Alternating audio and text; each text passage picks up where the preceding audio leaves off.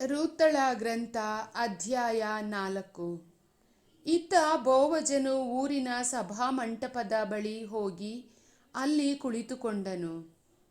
ಅಷ್ಟರಲ್ಲಿ ಬೋವಜನು ಮುಂಚೆ ಹೇಳಿದ್ದ ಎಲಿಮಲೇಕನಿಗೆ ಹತ್ತಿರದ ನೆಂಟನಾಗಿದ್ದವನು ಅಲ್ಲಿಗೆ ಬಂದನು. ಆಗ ಬೋವಜನು ಅವನಿಗೆ, ಬಾರಪ್ಪ, ಇಲ್ಲಿ ಕುಳಿತುಕೋ ಎಂದು ಕರೆಯಲು ಅವನು ಬಂದು ಪಕ್ಕದಲ್ಲೇ ಕುಳಿತುಕೊಂಡನು. ಆಮೇಲೆ ಬೋವಜನು ಹಿರಿಯರಲ್ಲಿ 10 ಮಂದಿಯನ್ನು ಕರೆಸಿದನು. ಅವರೂ ಅಲ್ಲಿಗೆ ಬಂದು ಕುಳಿತುಕೊಂಡರು.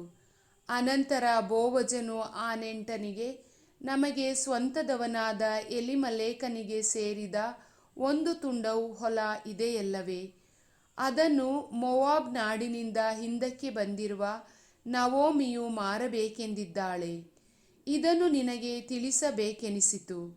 ಆ ಹೊಲವನ್ನು ಕೊಂಡುಕೊಳ್ಳಲು ನಿನಗೆ ಮನಸ್ಸಿದ್ದರೆ ಇಲ್ಲಿ ಕುಳಿತಿರುವ ಹಿರಿಯರ ಮುಂದೆ ಕೊಂಡುಕೊಳ್ಳುವ ಹಕ್ಕು ಮೊದಲು ನಿನಗೆ, ಅನಂತರ ನನಗೆ ಸೇರಿದ್ದು ಬೇರೆಯವರಿಗಲ್ಲ ಎಂದನು.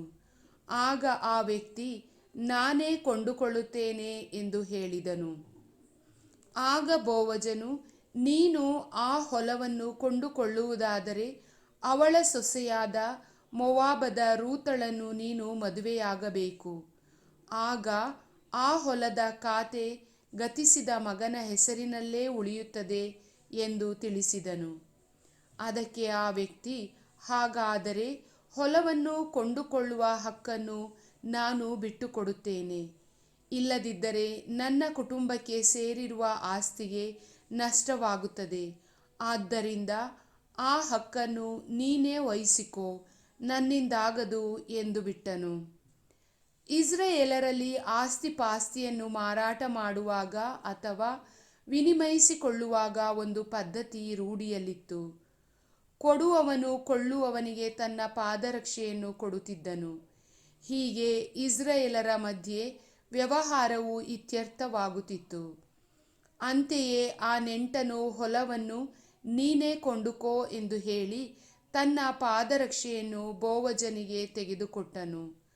ಆಗ ಬೋವಜನು ಊರಿನ ಹಿರಿಯರೆಲ್ಲರಿಗೆ ಹಾಗೂ ಅಲ್ಲಿ ನೆರೆದಿದ್ದ ಜನರಿಗೆ, ಎಲಿಮಲೇಕನಿಗೆ ಮತ್ತು ಕಲ್ಯೋನ್ ಮಹಲೋನ್ ಇವರಿಗೆ ಸೇರಿದ ಆಸ್ತಿ ಎಲ್ಲವನ್ನು ನವೋಮಿಯಿಂದ ನಾನು ಕೊಂಡುಕೊಂಡಿದ್ದೇನೆ.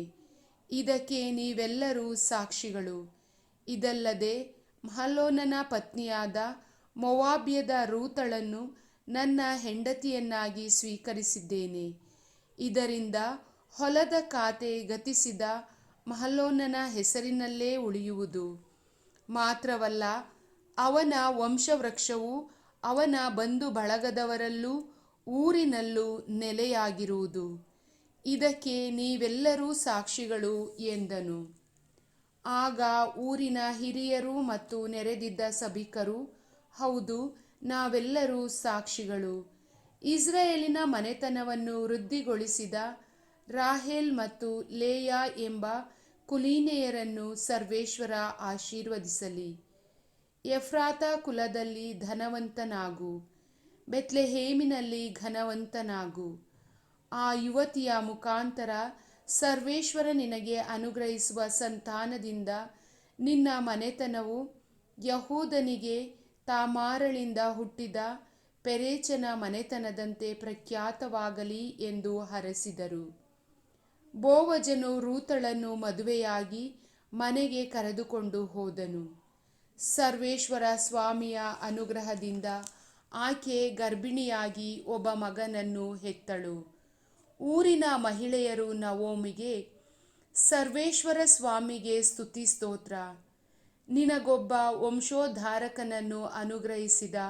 ಇಸ್ರಾಯೇಲ್ ನಾಡಿನಲ್ಲಿ ಆ ಮಗು ಪ್ರಖ್ಯಾತನಾಗಲಿ. ಅವನು ನಿನಗೆ ನವಚೈತನ್ಯವನ್ನು ಕೊಟ್ಟು ವೃದ್ಧಾಪ್ಯದಲ್ಲಿ ನಿನಗೆ ಸಂರಕ್ಷಣೆಯನ್ನು ನೀಡುವನು. ಸಪ್ತ ಕುವರರಿಗಿಂತ ನಿನಗೆ ಮೆಚ್ಚುಗೆ ಆದ ನಿನ್ನ ಪ್ರಿಯ ಸೊಸೆ ಈ ಮಗುವನ್ನು ನಿನಗೆ ಕೊಟ್ಟಿದ್ದಾಳೆ ಎಂದು ಹರಸಿದರು. ನವೋಮಿ ಆ ಮಗುವನ್ನು ಎತ್ತಿಕೊಂಡು ತನ್ನ ಮಡಿಲಲ್ಲಿಟ್ಟುಕೊಂಡು ಸಾಕಿ ಸಲಹಿದಳು. ನೆರೆಹೊರೆಯ ಮಹಿಳೆಯರು ನವೋಮಿಗೆ ಕುಲಪುತ್ರನೊಬ್ಬನು ಹುಟ್ಟಿದ್ದಾನೆ ಎಂದು ಹೇಳಿ ಆ ಮಗುವಿಗೆ ಓಬೇದ್ ಎಂದು ಹೆಸರಿಟ್ಟರು. ಇವನೇ ಜೆಸ್ಸೆಯ ತಂದೆ ದಾವೀದನ ತಾತ. ಪೆರೆಚನಿಂದ ದಾವೀದನವರೆಗಿನ ವಂಶಾವಳಿ. ಪೆರೆಚನಿಗೆ ಹೆಜ್ರೋನನು, ಹೆಜ್ರೋನನಿಗೆ ರಾಮನು, ರಾಮನಿಗೆ ಅಮಿನಾದಾಬನು ಹುಟ್ಟಿದರು.